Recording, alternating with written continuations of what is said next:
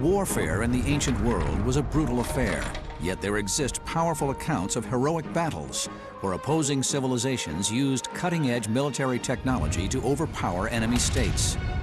Did the ancients actually have siege-busting tanks and hand grenades? Did they use chemical weapons and engage in biological warfare? This is the story of the most famous siege in history, the Battle for Troy.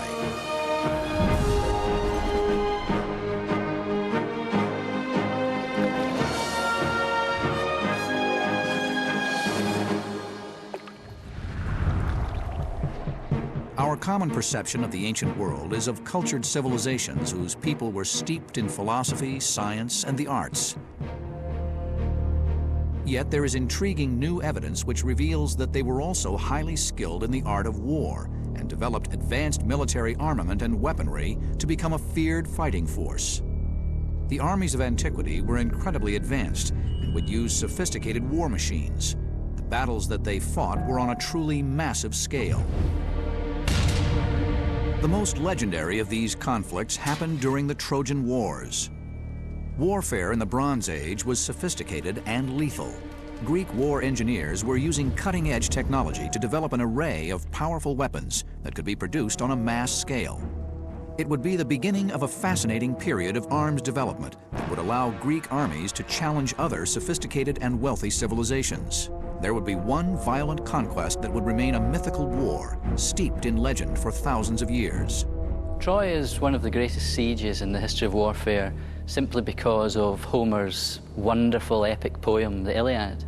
Homer, the Greek poet, lived around 800 BC. He spoke about a series of heroic battles known as the Trojan Wars that had taken place centuries earlier. The tale of the siege of Troy would become the greatest story ever told, one that would appeal across cultures and time. The Iliad provides a powerful account of warfare and weaponry from the ancient world, and a fascinating insight into how battles were fought by late Bronze Age warriors. The story of the Iliad begins with the seduction of the most beautiful woman in the contemporary world, Helen of Sparta, wife of King Menelaus. She had fallen in love with Paris, one of the younger sons of Priam, king of Troy, and she had run away with him back to Troy. The Trojans won't prevail on him to send her back to her husband. The outraged husband, Menelaus, contacts his brother, Agamemnon, the High King of Mycenae. Between them, they organize a massive flotilla to get back the errant wife. The ancient Greeks lived in small city-states, Athens, Sparta, Corinth, and Thebes, each of a population of around 100,000, and each of which vied for military supremacy. Sometimes these city-states would put aside their differences and come together in leagues, forming one super force that would fight against a more powerful and common enemy. During the Bronze Age, one powerhouse of a state would emerge that would have ambitions to rule not only Greece, but also the whole of the Mediterranean. The state would be known as Mycenae, ruled by the powerful Agamemnon. Agamemnon summoned other Greek leaders to go on a great expedition to punish the Trojans, to get Helen back, and to destroy the rich and powerful city of Troy. The Battle of Troy would be fought by two superpowers, the Greeks, who were led by their commander-in-chief, Agamemnon, and the Trojans, ruled by King Priam. In the siege of Troy, the Greeks were really up against it. Troy was an extremely well-defended city. Huge cyclopean walls of massive masonry. The Greeks had no conventional way of burrowing through. King Agamemnon would have to use all his warfare skills to fight the Trojans and break the walls of this mighty city. The siege of Troy would last 10 years, and it would take an ingenious and audacious siege engine to break the city's defenses and bring about its destruction. But over 3,000 years after the event, historians have been forced to confront an intriguing mystery. Did this extraordinary war machine ever exist at all? Here at the British Museum in London, archaeologists have analyzed clues from the ancient desert kingdom of the Assyrians. Discovered in the northwestern palace of Ashurnasirpal, this amazing bas-relief offers startling evidence that complex war machines were in use much earlier than was previously believed. Julian Reed is former Near East curator at the museum. In front of me, we've got a siege engine. And the way that that works is that it's got a beam coming out. People inside the siege engine would have maneuvered that beam up and down and to and fro in an effort to break down the wall bit by bit. Assyria in the 700s, Persia in the 500s developed all the techniques for taking a fortified place, bar one that were ever known in the ancient world. Geniuses of siege warfare, the Assyrians commonly employed a device known as a wall fly whenever they laid siege to a city or fortified town. The palace bas-reliefs clearly illustrate them armed with wooden drills, reinforced with wall-penetrating iron heads. The Assyrian war machine is a wheeled structure, a wickerwork shelter with a domed turret at the front, a bit like the neck of a horse. The framework of an Assyrian siege engine was covered by a protective material such as canvas, felt, or hide. This protected flammable wooden towers and parapets from fire. Something that they could do would be to throw down torches with burning tar on them to set the machine on fire. The Assyrians anticipated this by setting up a water vat inside the machine and arranging for water to be poured on the outside to keep it wet. There are two things looking rather like the ends of hose pipes coming out of the front of the siege engine, which would have been letting water down. So could these giant war machines have been the inspiration for the ancient poet's myth of the Trojan horse? Because a siege engine is a device holding soldiers which attacks an enemy town, you could then from that derive a story about soldiers being hidden inside such a thing. Startling evidence has recently been recovered from Syria, which suggests that these machines were already in use 600 years before the Trojan War.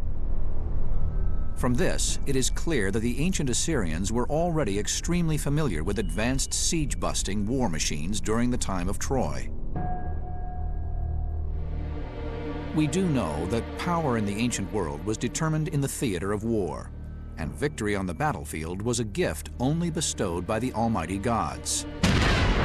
One of the most important Greek sanctuaries of antiquity would be Olympia, birthplace of the Olympic Games, and dedicated to the most powerful of the gods. Zeus was the arbiter of war and the god to whom the Greek warriors would pray for victory in battle. The peoples of antiquity would offer the god of the cult they belonged to exquisite gifts and sacrifices. These were known as votive offerings. Votive offerings were believed to buy the favors of the gods and ensure victory in battle. This collection of warriors' helmets recovered from the site of Olympia are believed to have been votive offerings made to Zeus. They provide intriguing clues as to the scale and importance of warfare in ancient Greece. This bronze breastplate, complete with spear holes, is engraved with scenes of Zeus and is testament to the highly skilled metallurgy techniques developed throughout the Bronze Age. Scientific study of weapons that have been found over the last 2 centuries have revealed that the ancient peoples had a complex understanding of working with the metals available to them. This is an ancient Greek helmet dating to about 650 BC. It's remarkably lightweight. It weighs about 3¼ pounds. That's about the equivalent of a modern infantry helmet. Dr. David Starley is an investigative science officer at the Leeds Royal Armouries Museum in the UK and is using X-ray technology to investigate the internal structure of this ancient helmet. The great advantage of X-radiography is that it allows us to see beneath the surface, but it doesn't do any damage to the object itself. The advanced metal thickness of this late Bronze Age helmet baffles us today. The density of the X-ray image relates to the thickness of the metal. It's been produced to very high standards. It's a very even 2mm thickness. We think of bronze as being an easily cast material, but in fact the evidence seems to be that this was hammered. We don't have any of the little imperfections, things like gas bubbles, casting defects in this object. Only now are we beginning to understand just how advanced Bronze Age weapons were. It doesn't get more advanced than this. It's a superb piece of not only technology but craftsmanship. The Greeks were renowned throughout the ancient world as highly skilled metallurgists, having mastered how to make bronze by mixing tin and copper. Military engineers were for the first time able to develop high-quality, durable, and effective weapons. In the Shefton Museum in the UK, Some of the world's earliest examples of Greek Bronze Age weaponry date back to the middle of the 16th century BC. Weapons in the late Bronze Age are not toys. They're absolutely lethal. They're sharp, they're strong, you can see they're durable. Intriguing archaeological evidence is beginning to emerge that over 3,500 years ago, Greek technology was becoming sophisticated enough to allow production of weapons on a mass scale. The weapons themselves show you that these people were experts. This rapier-like sword is one of the world's oldest surviving examples of Bronze Age weaponry. Incredibly, it dates from 400 years before the Battle of Troy and is an early example of Greek military craftsmanship. This is 3,500 years old, and I could sharpen it up and I could use it. We cannot produce this today. It can't be done. We know that King Agamemnon had a vast arsenal of weapons and the huge war chest needed to finance an invasion. Yet today, one overpowering question remains. Did the Battle of Troy ever really happen? Many believe that the Trojan War is merely the stuff of myth and legend. But one man would shock the world with his amazing discoveries and forever change our understanding of warfare in the ancient world. Around 1200 BC, King Agamemnon raised a super force to bring back Helen, the beautiful queen of Sparta, from the clutches of the Trojans. Yet this was not just a simple rescue mission. Agamemnon had laid plans to control the entire Mediterranean. Queen Helen provided the perfect excuse to lay siege to Troy, one of the most powerful and wealthy regions of the late Bronze Age.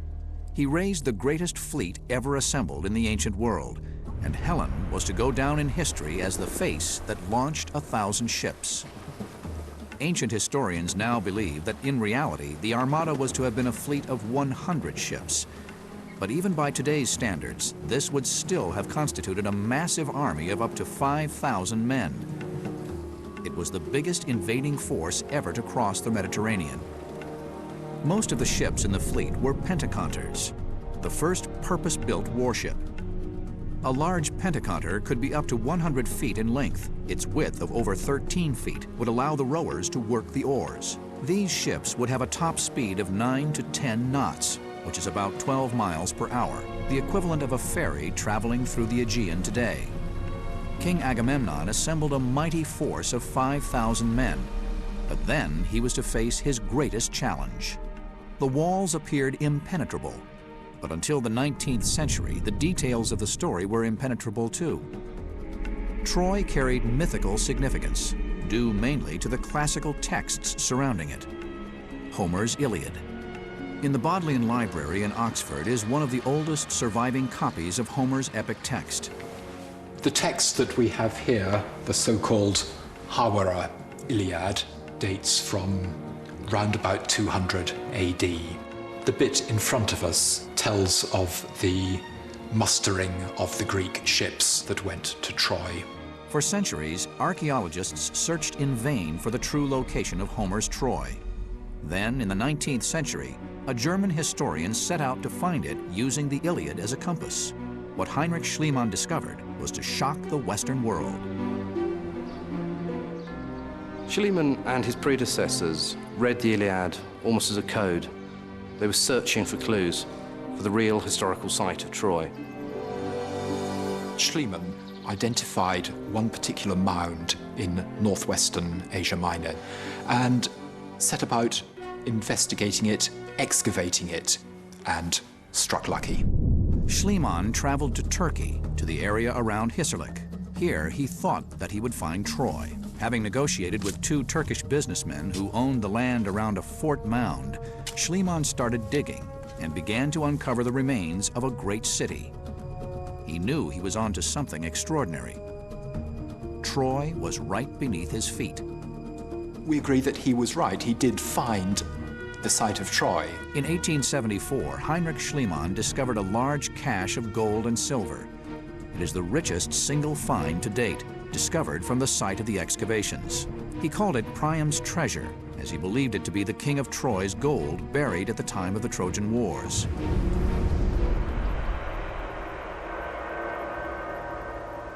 Over 100 years later, some of the world's leading archaeologists are still trying to unravel the reality behind the myth of Troy. In the late Bronze Age, we estimate that in the order of 5,000 to 10,000 people may have lived here. Ernst Pernicka's team continued to piece together evidence that Troy was inhabited by a wealthy and warlike people. Remarkably, archaeologists uncovered new evidence that suggests that epic siege warfare taking place here isn't so far-fetched. We have a few arrowheads, like this one here, indicating warfare. We do not know why we have so few, but maybe they have been collected again because bronze was still a very valuable material.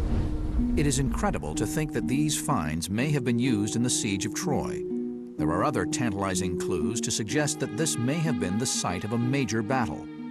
An interesting fact is these pebbles, river pebbles, they were collected and brought up on the hill. They are usually interpreted as slingshots. It is the more likely because we have similar pebbles made of burnt pottery, burnt clay.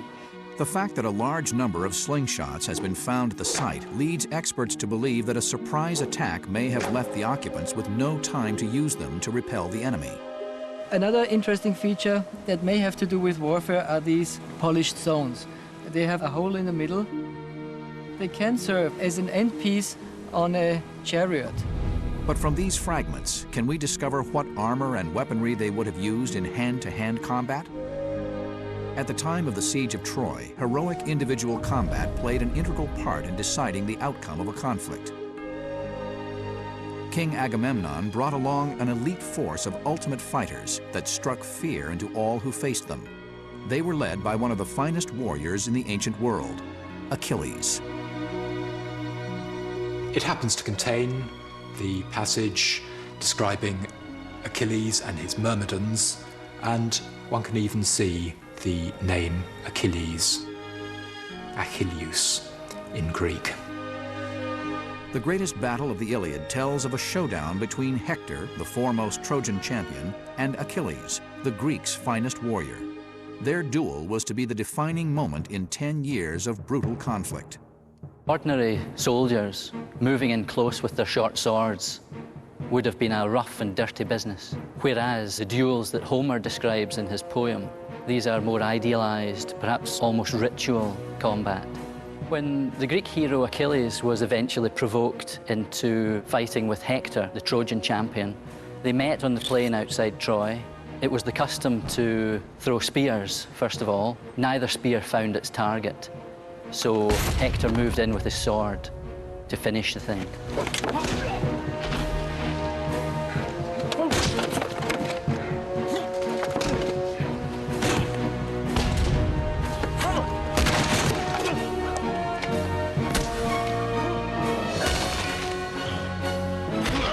By this time, Achilles had retrieved his spear and thrust it through Hector's throat. Warriors like Hector and Achilles would have been brought to the battlefield by the first great war machine of the ancient world, the chariot. This was a culture that prided valor in man-to-man combat, looking at the whites of the eyes. The reality of fighting hand-to-hand is you not only had to be incredibly fit, you had to have incredible stamina. It's the same with a sword cut. If you're gonna take a man's arm off, then the amount of power in a stroke like that is exhausting. The style of heroic fighting between two warriors like Hector and Achilles was similar to gladiator fighting at the height of the Roman Empire. This meant the chariot at the time of the Trojan War was used in a very specific way. The chariots were used, therefore, as battlefield taxis, not just to drop the warrior off, but also to relieve him.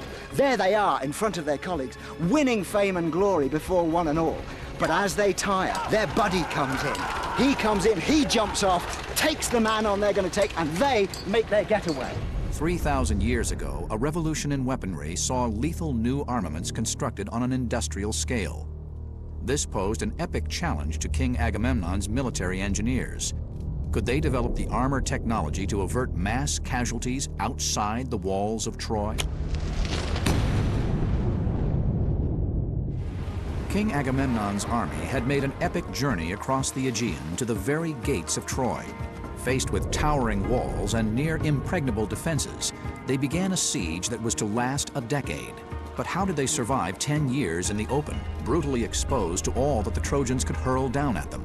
Combining archaeological evidence with clues from Homer's text, modern weapons reconstructors are now piecing together the combat weapons and armor ancient Greek forces developed. The most distinctive element of the equipment I'm carrying is probably the helmet. This particular one represents the final evolution of this style of helmet, which is a Corinthian. And it's very distinctive because of the very long cheek pieces at the front and closed face, which protects you when you're fighting against the enemy because you would have a big shield across your front. Greek war engineers manufactured a style of helmet that maximized the wearer's critical senses of vision and hearing. And during the Persian Wars, the ability to give command and control was very important. And with the earlier pattern helmets, that was closed off, so it's like wearing a seashell on your head. All you hear is the sea going round, so people point you at the enemy and give you a big push. Within the later periods, people had to hear what was going on. In response to the developing arms race, Greek metallurgists needed to construct armor that withstood the deadly firepower that was now developing on the battlefields.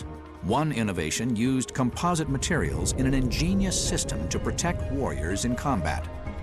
Incredibly, the armor consisted of a high-intensity fiber material that Greek engineers designed to withstand metal-tipped arrows.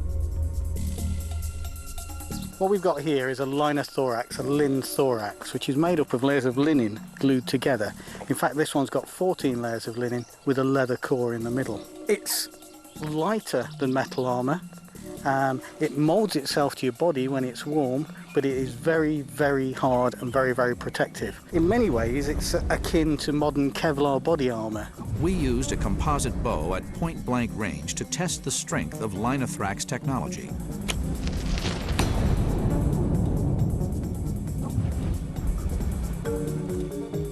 Oh, that'll hurt. Well, I'm actually quite pleased with that because that was at point-blank range. Remember, this is only cloth that's stopping this arrow. So at a normal combat range, I think that's about the best they could expect for. The fact it punched through, lucky shot. Despite using a composite bow with a draw weight of 160 pounds, hitting at 90 miles per hour, only the tip of the arrow has penetrated. Greek war engineers would also use composite materials to build shields. In Athens Museum, a unique fresco survives of a figure of 8 shields that was used at the time of the Trojan Wars. You can see how it covers all of my body. I'm well protected behind this with the disc shape, but the cutouts allow me to use the spear, which is the heroic weapon of the Homeric age. This is the weapon that Achilles is using. Held in here, I've still got movement and can fight while I'm protected. The reason the shield was so effective is because of the way it was constructed.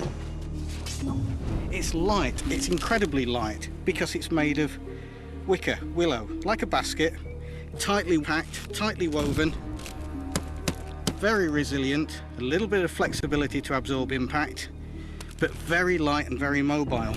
With this shoulder strap here, slung on my body, it's no problem at all to fight with, and then a skin of leather just to reinforce that wicker, that willow, but we don't know how tough it's going to be against arrows. For the first time in nearly 3 millennia, we put this marvel of ancient technology to the test.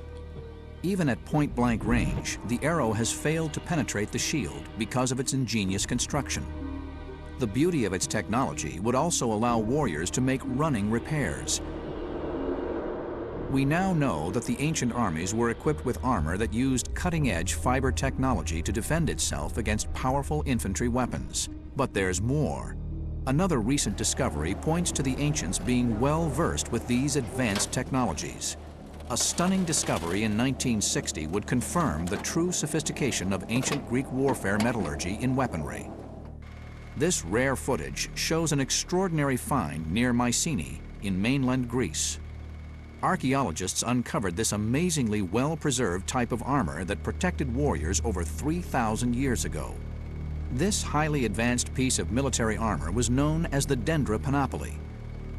Even today, it rivals modern armament design. Originally, it would have had a helmet, shoulder guards, body guard, thigh guards. It would have been incredibly difficult to use. Very heavy, hard to move around.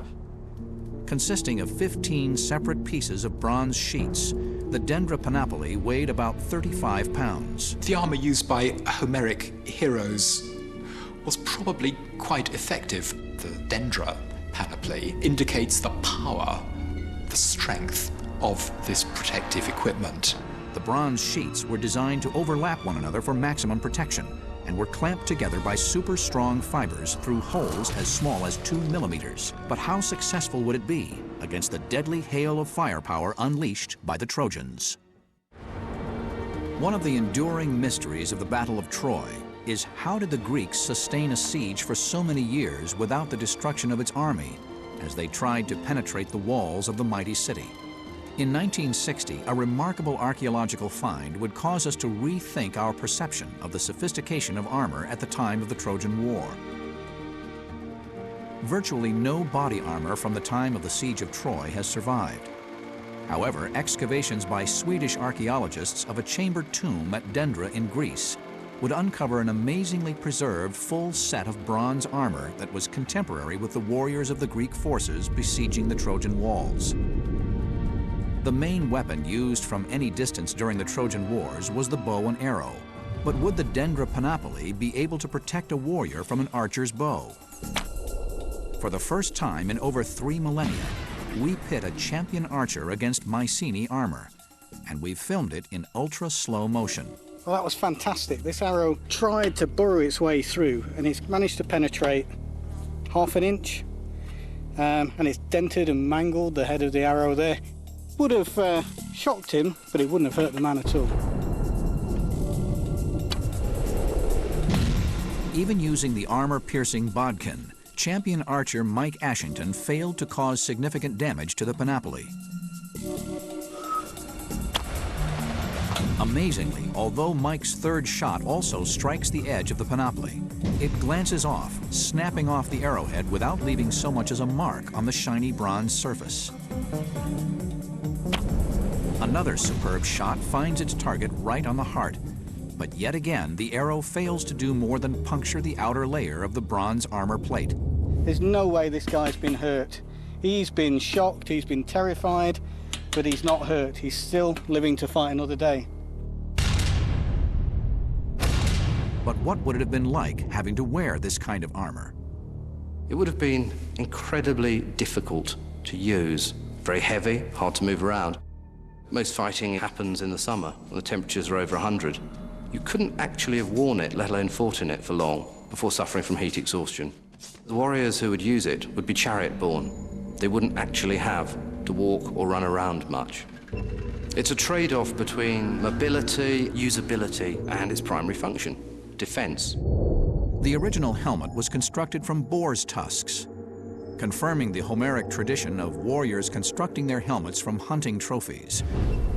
Ours is made with bone sewn onto a leather cap using linen thread or sinew. It is both malleable and very protective. Despite using a leaf head arrow, which was able to cleave one of the bone plates in two, the armor flexed, absorbing the force. Even hit at point-blank range, the warrior would have survived the strike. Yes! Of course, this is the vulnerable part of this sort of armour. He managed to find the gap. It's gone through, broken the edge of the plate, through the leather lining. That really is a bad day. Champion archer Mike Ashington failed to cause significant damage. But powerful infantry weapons and armor would not be enough for King Agamemnon to penetrate the fortress of Troy. According to the Iliad, the Greek forces laid siege to Troy unsuccessfully for many years. At the time the Trojan War is set, the Greeks were sadly lagging behind in siege technology. The Trojans had so far stood up to all the besieging forces' attempts to enter the citadel. The walls were of a special construction, which made it nearly impossible for conventional siege engines to break through. Ditches were built adjacent to the wall to make it difficult to make a successful approach by a siege engine. And the walls were built at an angle, thwarting attempts to break through. In addition, the Trojans were extremely successful at defending their beloved city. Besieging these impregnable fortresses was a difficult job. Not only were the walls impregnable, but the defenders would be constantly throwing weapons, dropping stones. And worse, unbelievably, We now know that the ancients had access to both chemical and biological weapons. There are lots of stories of chemical and biological weapons surviving from the ancient world: scorpion bombs, poisonous insects, clouds of smoke. Archaeologists and scientists have recently discovered that scorpions were actually used in ancient warfare. During the Roman siege of Hatra, which is a city in present-day Iraq, the defenders threw pottery jars full of stinging insects and scorpions onto the Roman attackers. There's also evidence of chemical warfare from the ancient world. Naphtha is an inflammable chemical substance, a bit like napalm. The defenders of Hatra were able to throw this naphtha, presumably in pottery vessels, perhaps like these ones, and destroy war machines and cause chaos amongst the ranks. In 1988, in Hama, Syria, a remarkable discovery was made surrounding a set of pottery spheres. These intriguing objects were revealed to be hand grenades dating back 1,000 years. According to Homer, the Trojans would use deadly scorpion poison to defeat the Greek warrior Achilles. In Homer, we've got the death of Achilles, shot in the heel by a poisoned arrow. The ancients had such biological techniques. They knew how to inflict pain and death in a variety of ways. The siege of Troy had lasted 10 years. King Agamemnon and his troops had failed in their mission to break down the walls of Troy and bring back Helen. But there would be one final attempt to defeat the Trojans, and it involved a sophisticated siege machine, never before seen on the battlefields of antiquity. For a decade, King Agamemnon had laid siege to the impenetrable citadel of Troy to try to destroy the wealthy and powerful Trojans. Each year, the Greek forces sailed back to Troy in a new attack to sack the city and reclaim Helen from the clutches of the Trojans. Throughout the centuries, it's been quite common for warfare to be waged on a seasonal basis, for warfare to be waged in the summer, and people would go home in the autumn where they would be supervising the harvesting of the crops and seeing to the economy that funded their armies. Each year, once the Greek forces left to return home, the Trojans would celebrate the enemy's departure. But in the 10th year, everything changed. For the invading Greeks would come up with a daring, clandestine operation. The man who devised the ingenious plan was Odysseus, a superior Greek commander and close ally of King Agamemnon. He would instruct his military engineers to create the most famous siege machine ever to be written about in history. The Greeks needed such a plan, as the fortifications and defensive strategies employed by the Trojans were at the cutting edge of siege technology. But is the Trojan horse just a myth? Archaeological discoveries at Troy suggest it was more real than we once thought. Recent years, the last 5 years or so, there's been some really good archaeology going on at Troy, and they've found a number of things. We always used to believe that Troy was just this citadel on top of this great rock precipice. Apart from anything else, how could you get a horse up there? But now we learn there's a lower town, a big lower town with mud brick walls. So that's something that they could get through. Around those walls, you've got this great double ditch going round the outside, and they found post holes, so it was palisaded, well defended. Now it starts to make sense. Now, they've only got to get through the outer defenses. Archaeology at the site has revealed that the specific wall construction of Troy ensured that even the most robust siege machine would not be able to penetrate the walls of the city. From this vantage point, you get a fairly clear sense of how impregnable the city of Troy would have been at the time of the wars in the late Bronze Age. Behind me, of course, is the northern side of the citadel of Troy, and on top of it, you have to imagine limestone and mud brick fortifications that would have risen about 30 feet high and would have had walls over 10 feet in thickness. No matter how sophisticated the siege engines were, they would have been unsuccessful in conquering the city from this particular side of the mound. The Trojans would have recognized that the lower town was more difficult to defend. Recent archaeological evidence suggests that they surrounded Troy with a system of ditches that would have prevented infantry, chariots, and siege engines from attacking the walls. The ditch that you see here is 4 meters wide and up to 2 meters deep. The ditch is a very effective defensive system in a time when you have infantry and chariots.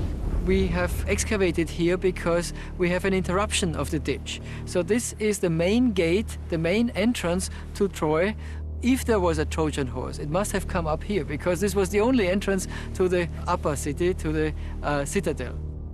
The Greeks' plan centered on the fortification's one weakness, the gate. Odysseus understood that his siege engine needed to avoid the defensive mechanisms employed by the Trojans. So, did the Greek engineers at the time of Troy possess the skills to avoid a sophisticated device? And what intriguing evidence exists from the ancient world that supports the use of a siege engine? In 1961, a stunning ancient artifact would be found on the island of Mykonos, Greece. It would be one of the most significant objects in ancient history. It would become known as the Mykonos vase. It is the oldest object in the world which clearly depicts the myth of the Trojan horse. One of the most significant depictions of the Trojan horse, mainly because it's so early, it's roughly contemporary with when Homer would have been composing his poems, is the Mykonos vase. The image clearly shows soldiers inside the massive structure. The shape of the colossal horse has led to fascinating theories about how the Trojan horse was constructed.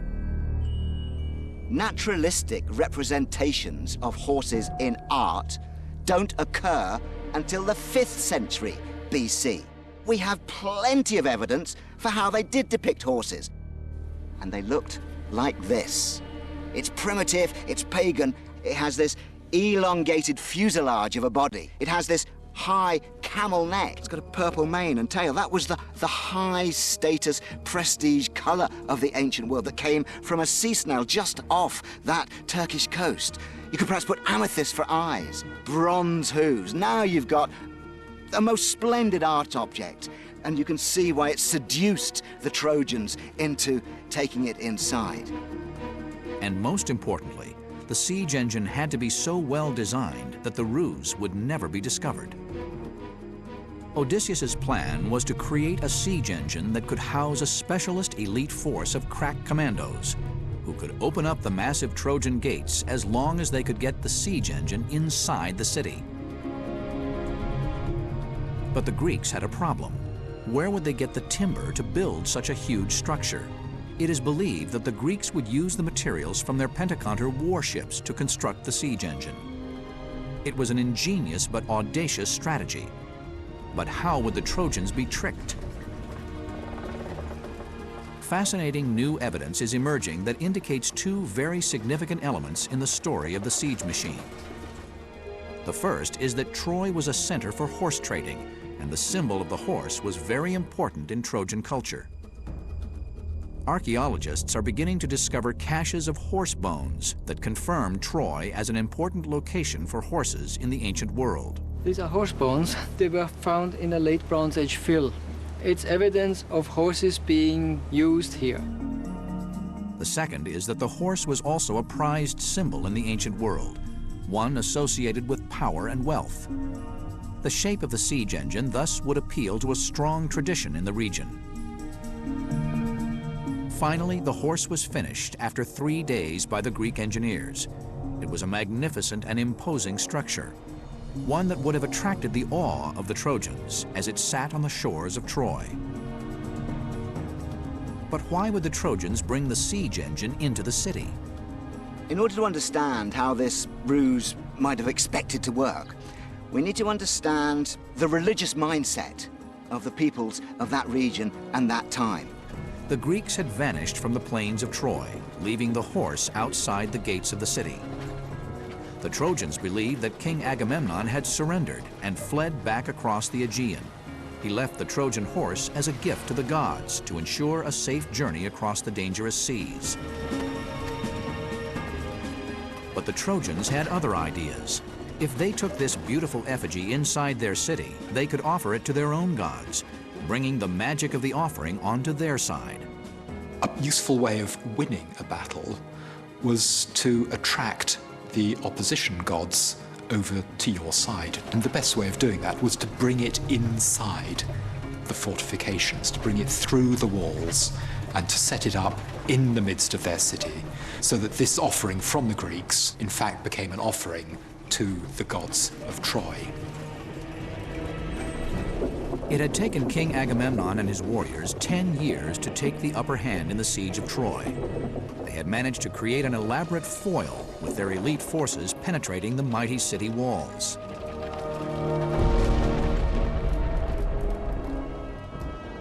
One cannot imagine what it must have been like for the crack team of commandos led by Odysseus inside the Trojan horse. Even though they were the most highly skilled fighters of the ancient world, they had to endure 100-degree temperatures for probably up to 24 hours as they waited for Odysseus's plan to work. Meanwhile, King Agamemnon and the rest of his forces covertly returned to the shores of Troy in the darkness of the night, ready to sack the city once the gates of Troy had been opened by Odysseus's men.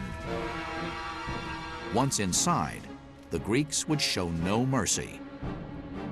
The besiegers would have swept through the town, killing indiscriminately, not only the warriors, but women, children, even animals.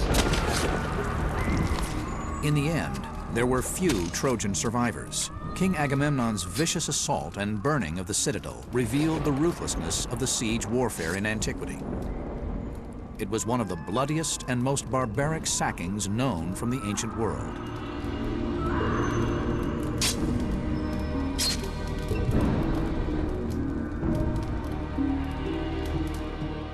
Even today, the meaning of the Trojan horse carries huge significance in modern culture, being associated with deception and fraud.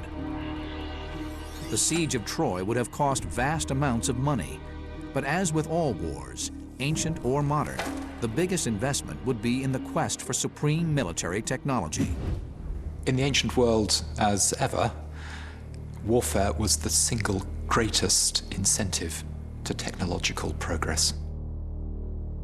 We may never know whether the legend of the Trojan horse is myth or reality, but we have seen evidence from the ancient world that suggests warfare in the late Bronze Age used advanced cutting-edge technology, much of which we no longer have the knowledge or skills to recreate. The siege of Troy was long considered to be little more than a fanciful myth, but today, new discoveries are making us reopen the history books and rethink everything we thought we knew about the ancient world. What other finds remain hidden from us, yet to be discovered?